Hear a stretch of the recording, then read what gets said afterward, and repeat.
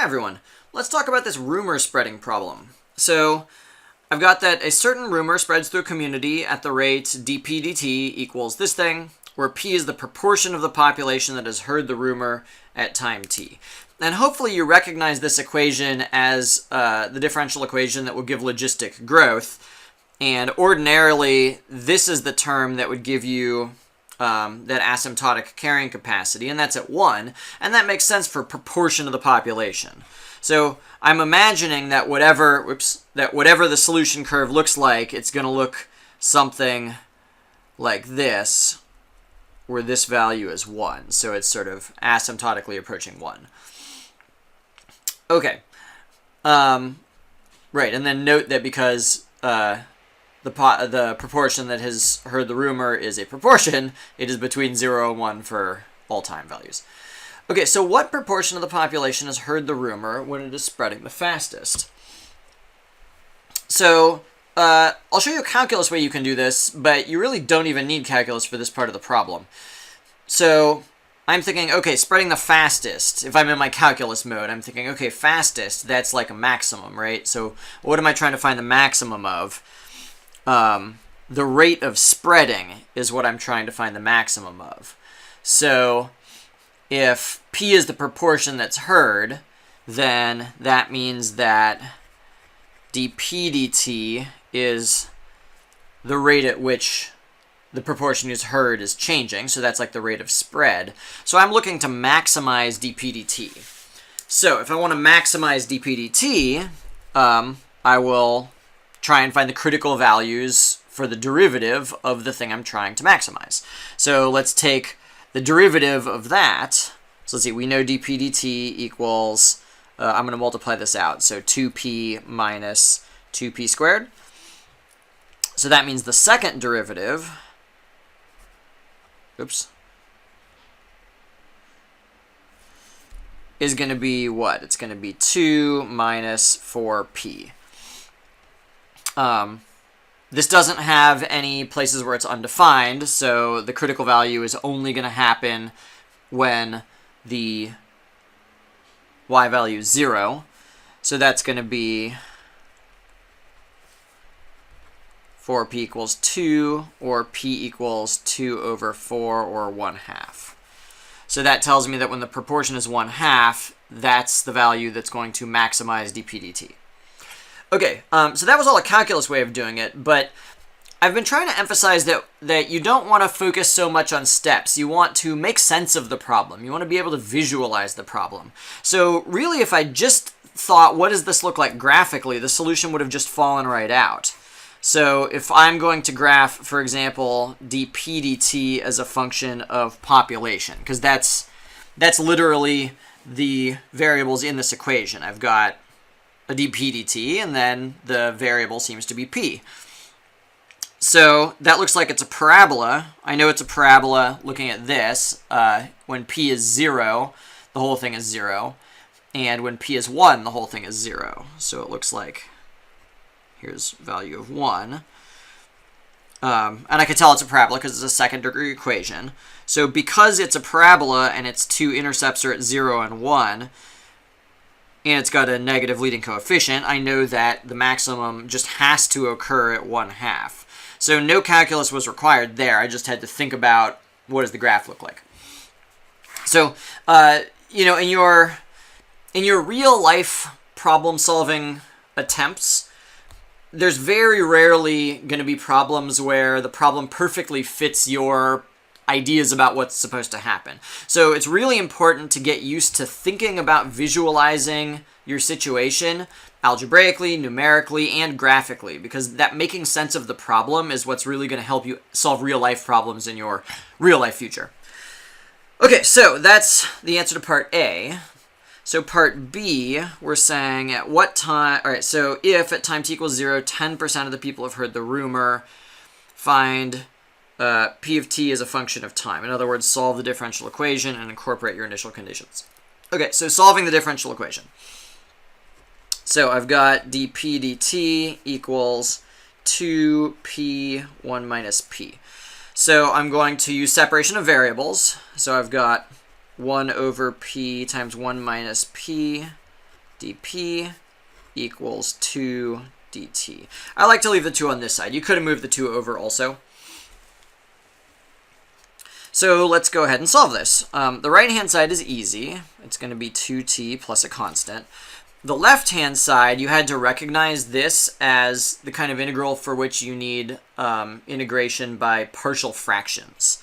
So the idea is I want to rewrite this left-hand side as the integral of some 1 over, like a over p plus the integral of b over 1 minus p.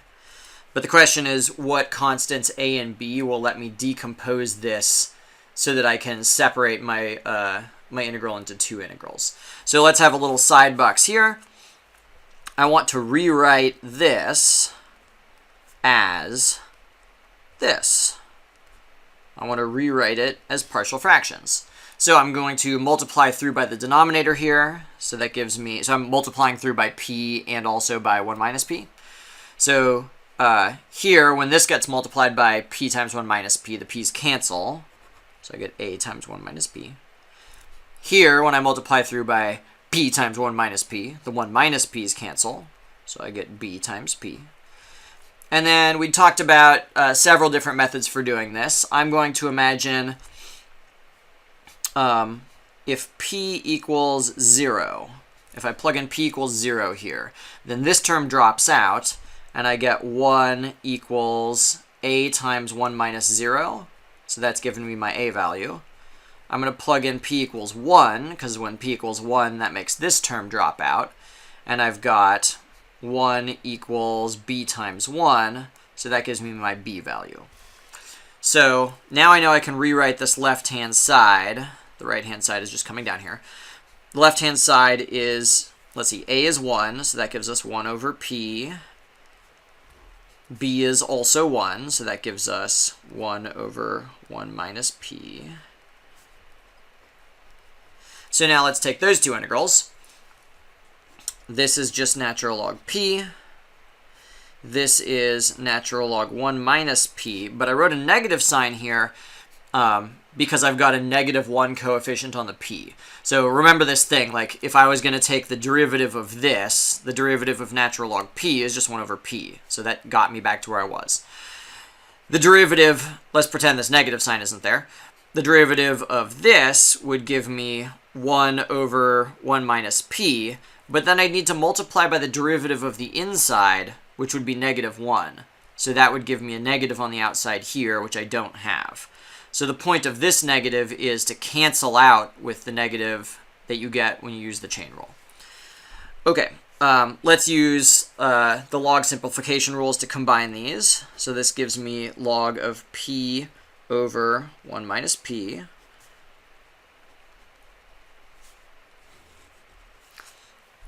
And so then I'll exponentiate both sides. So I've got p over 1 minus p equals e to the 2t plus c. But remember, whenever we've got a constant up there, I prefer to just immediately rewrite it out in front, where my a value is my old e to the c value.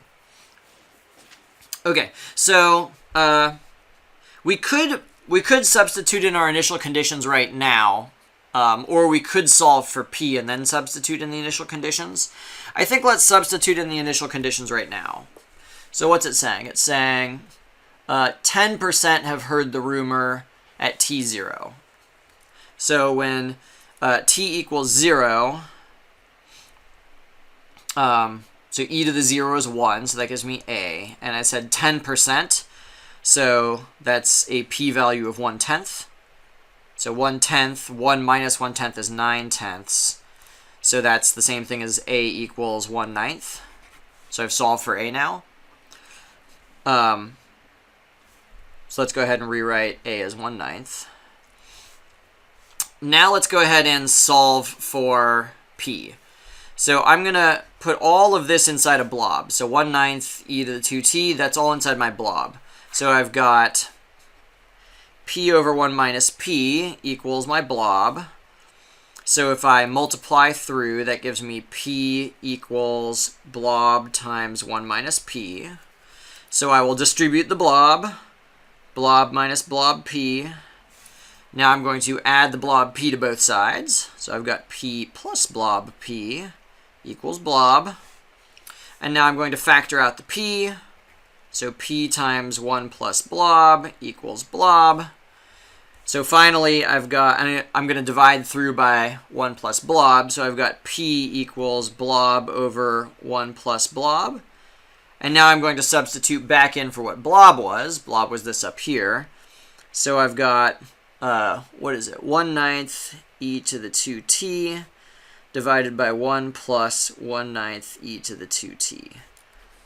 So that would be a totally good solution to part B. So part C. Part C says at what time t is the rumor spreading the fastest? So here I've got the proportion of people that know as a function of time. So if I'm just plugging and chugging, excuse me, I'm thinking I'm going to, let's see, I'm going to find the derivative of this, so p prime, but that's the rate of change of the rumor. So if I'm trying to find the rate at which this is changing the fastest, I need to find when p prime is at its maximum. So I've got to differentiate this twice, and it's going to be a big mess. But if you step back for a second and you think, what information do I actually know, and what am I trying to find out? In part A, we already found out that when p equals 1/2, that's the proportion of people who know when the rumor is spreading the fastest. So all we really need to do is plug in 1/2 for the proportion and then solve for t.